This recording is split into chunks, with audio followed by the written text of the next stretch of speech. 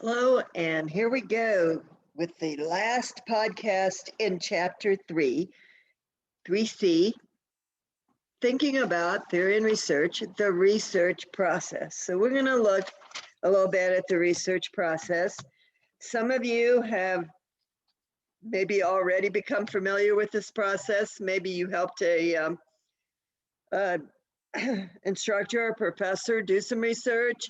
Maybe you've read research studies in some of your other classes. Maybe you're coming from a more scientific background where you actually conducted research in a lab. But whatever the case, we're going to talk about the research project and its application to communication and the development and the application of theories. So first of all, we're going to look at what's the difference. You hear these terms bandied about. What is the difference between pure and applied research? In pure research, those conducting it are trying to generate knowledge. They want to test or generate a theory for its own sake and advance the knowledge in the area. They not particularly looking at the practical aspects of their research. Sometimes I think when they're looking at gravity waves, for example, in the universe, perhaps that's more just trying to seek knowledge about these waves than it is applicable to other problems. Applied knowledge, on the other hand, is conducted to solve specific problems using the knowledge that is generated through the research process. This graphic or model is in your book.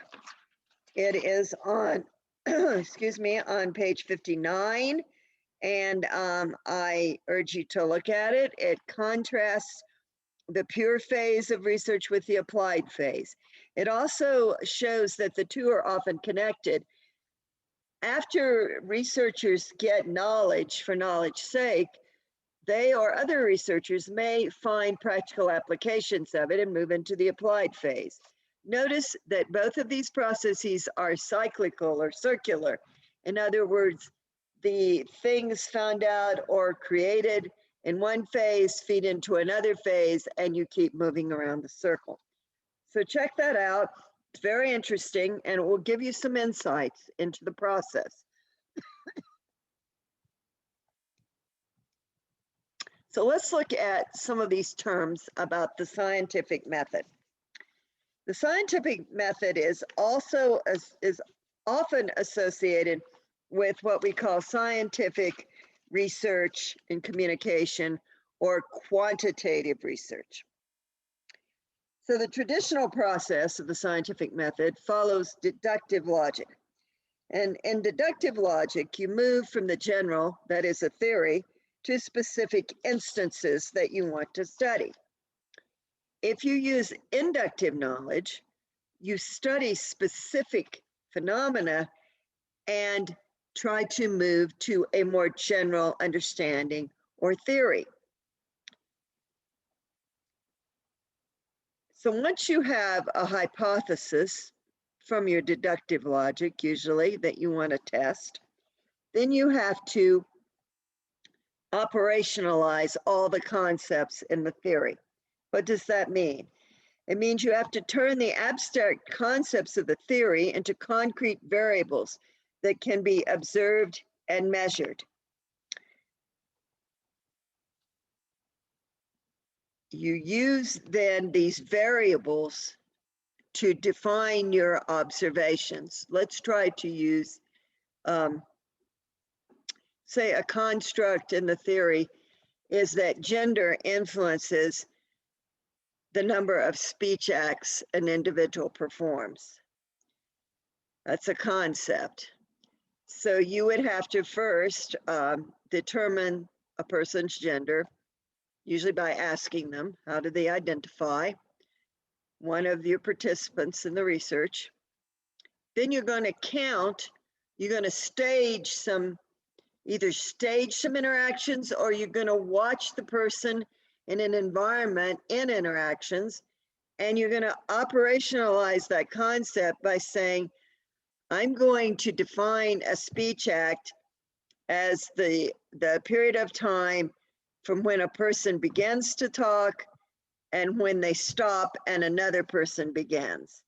And I'm going to count that as one speech act. And so you would go through and you'd have participant A, participant B, participant C, and you'd be counting their speech acts. You'd be observing them. And you'd be using that as your data. And you would have to code that data, usually to be analyzed by a program, a computer program. So this is talked about on pages 57 and 58. And I urge you to read that because it gives concrete examples that will help you to understand. The second way that is often used in communication research is called the qualitative research approach. In other words, we're not necessarily looking to count things. We're looking to use inductive reasoning to go from our our specific observations to a general theory. And qualitative approach is usually context situated. What does that mean? We study individuals in their naturalistic setting.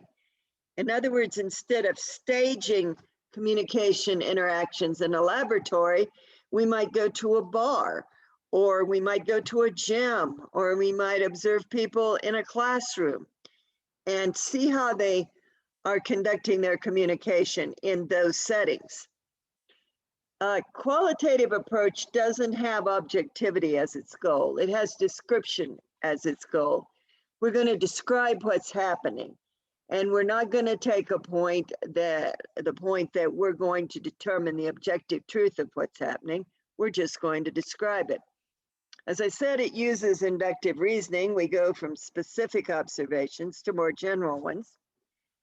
And as we acquire observations of individuals and describe their behavior, we attempt to isolate themes that recur or patterns, and we look at these themes or patterns as to what they can tell us in general about human behavior.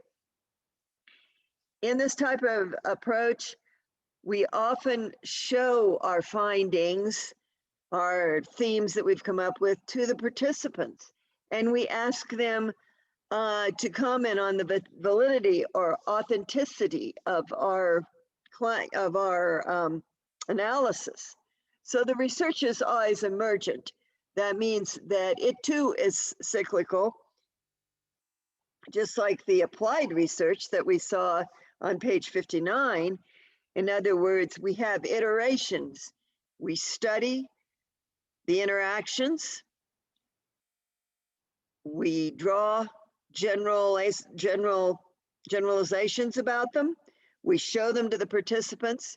We get input from the participants. We revise our generalizations, and we keep going until we reach a point where we have agreement as to what was going on in the communication interaction.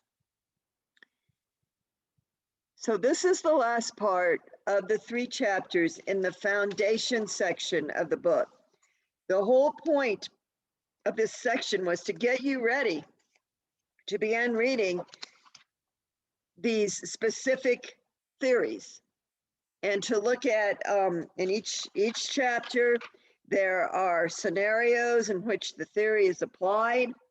I think it's a very interesting book, and I hope that the material that I've covered and that you've read in the foundations section and those 3 chapters will help you understand what is to come. Thanks for listening.